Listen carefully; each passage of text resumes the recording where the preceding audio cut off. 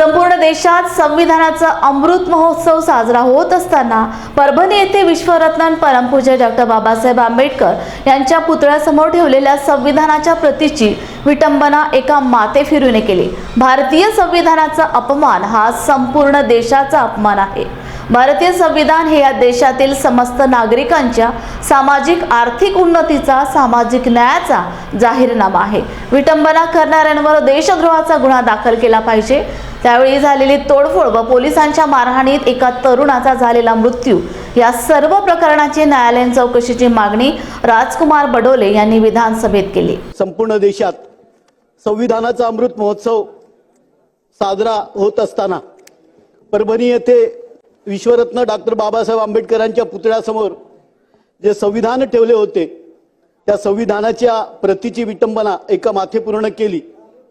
माननीय अध्यक्ष महोदय, भारतीय संविधानाचा हा अपमान फक्त दलित समाजाचा अपमान कसा काय असू शकतो?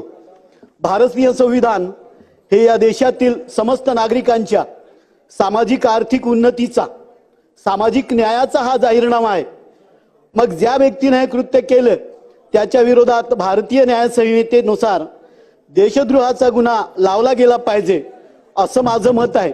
जनमानसात त्यामुळे उद्रेक उफाळलेला आहे व आंबेडकरी समाजाने 11 डिसेंबरला जो बंद पुकारला, मग त्यावेळी झालेली तोडफोड व पोलिसांच्या मारहाणीत एका तरुणाचा झालेला मृत्यू व त्यामुळे संपूर्ण राज्यात उफाळलेली तीव्र प्रतिक्रिया, या प्रकरणाची न्यायालयीन चौकशी व्हावी अशी मी आपल्या माध्यमातून या ठिकाणी मागणी करतो। मुद्दा क्रमांक 3 मध्ये केंद्र शासनाने मराठी भाषेला अभिजात भाषेचा दर्जा दिला। त्यामुळे 450 विद्यापीठांमध्ये मराठी भाषेचा अभ्यास करण्यासाठी विशेष केंद्र स्थापन करण्यात मदत होईल व मराठी भाषेचे जतन आणि संवर्धन करण्यासाठी केंद्र शासनाकडून आर्थिक निधी उपलब्ध होईल। याबाबत मी शासनाचे मनापासून धन्यवाद देतो।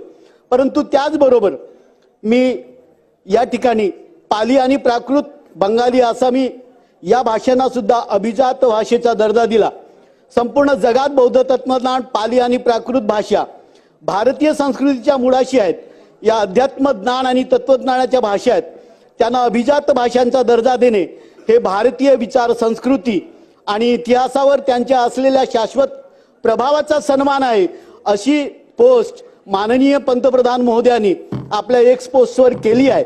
पाली भाषेला अभिजात भाषेचा दर्जा मिळावा त्याबद्दल केंद्र सरकारनं चे आभार मानतो व अनेक वर्षापासून नागपूर येथे पाली विद्यापीठाची स्थापना व्हावी ही प्रलंबित मागणी राज्य सरकार पूर्ण करील व मराठी भाषेप्रमाणे सगळ्या विद्यापीठामध्ये पाली भाषेचा अभ्यास करण्यासाठी केंद्र स्थापन करण्यात यावे व पाली भाषेचे जतन आणि संवर्धन करण्यासाठी केंद्र शासनाकडून अधिक निधी उपलब्ध करून देण्यात यावे अशी मागणी मी आपल्या माध्यमातून या ठिकाणी करतो।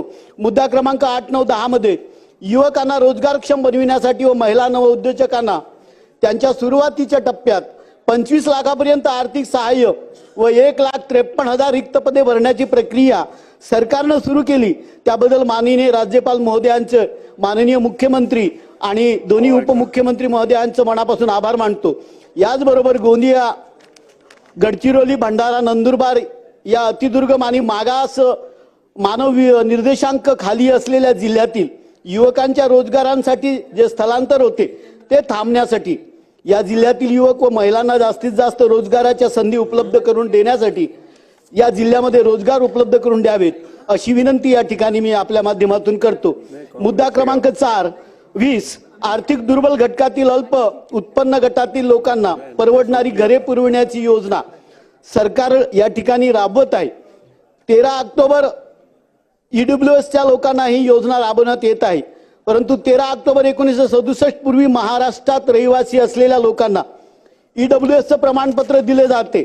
माझ्या विधानसभा क्षेत्रात 1970-71 मध्ये जे बंगाली बांधव पूर्व पाकिस्तानातून स्थलांतरित झाले होते त्यांच्यासाठी पण ही अट शिथिल करण्यात यावी अशी विनंती मी आपल्या माध्यमातून या ठिकाणी करतो। मुद्दा क्रमांक 45, धान व भरड धान्य खरेदीच्या आधारभूत किमती योजनेअंतर्गत खरीप व रबी पणन हंगाम 2024-25 मध्ये 13,43,000 मेट्रिक टन व 75,000 मेट्रिक टन भरड धान्य खरेदी करण्याबाबत सरकारचं अभिनंदन मी या ठिकाणी करतो. दरवर्षीप्रमाणे यावर्षी सुद्धा धान उत्पादक शेतकऱ्यांना हेक्टरी 25,000 रुपये प्रमाणे बोनस द्यावं ही विनंती मी आपल्या माध्यमातून या ठिकाणी करतो. मुद्दा क्रमांक 47 मध्ये एकच मिनिट 8 लक्ष रुपयांपेक्षा कमी उत्पन्न असलेल्या व शैक्षणिक वर्ष 2024-25 पासून शासन मान्यता प्राप्त व्यावसायिक पाठ्यक्रमांमध्ये शिक्षण घेणाऱ्या विद्यार्थिनींचे शैक्षणिक शुल्क परीक्षा शुल्क माफ करण्याची योजना सरकारने या ठिकाणी आणली. त्याबद्दल मी शासनाचं मनापासून आभार मानतो. परंतु त्याच धर्तीवर महोदय एकच मिनिट अध्यक्ष महोदय, याच धर्तीवर अनुसूचित जाती व अनुसूचित जमाती विद्यार्थ्यांना परदेशी शिक्षणासाठी डॉक्टर 8 लाखाची उत्पन्नाची अट रद्द करावी व सामाजिक आर्थिक परिस्थितीचा विचार श्री करून रोहित परदेशी पवार, शिक्षणासाठी लागणारा कोट्यवधी रुपयांचा खर्च विचारात घेऊन श्री संदीप 100 क्षीरसागर, जागतिक मानांकित विद्यापीठामध्ये प्रवेश करणाऱ्या विद्यार्थ्यांना फ्री शिप योजना सुरू करावी अशी विनंती मी आपल्या माध्यमातून या ठिकाणी करतो.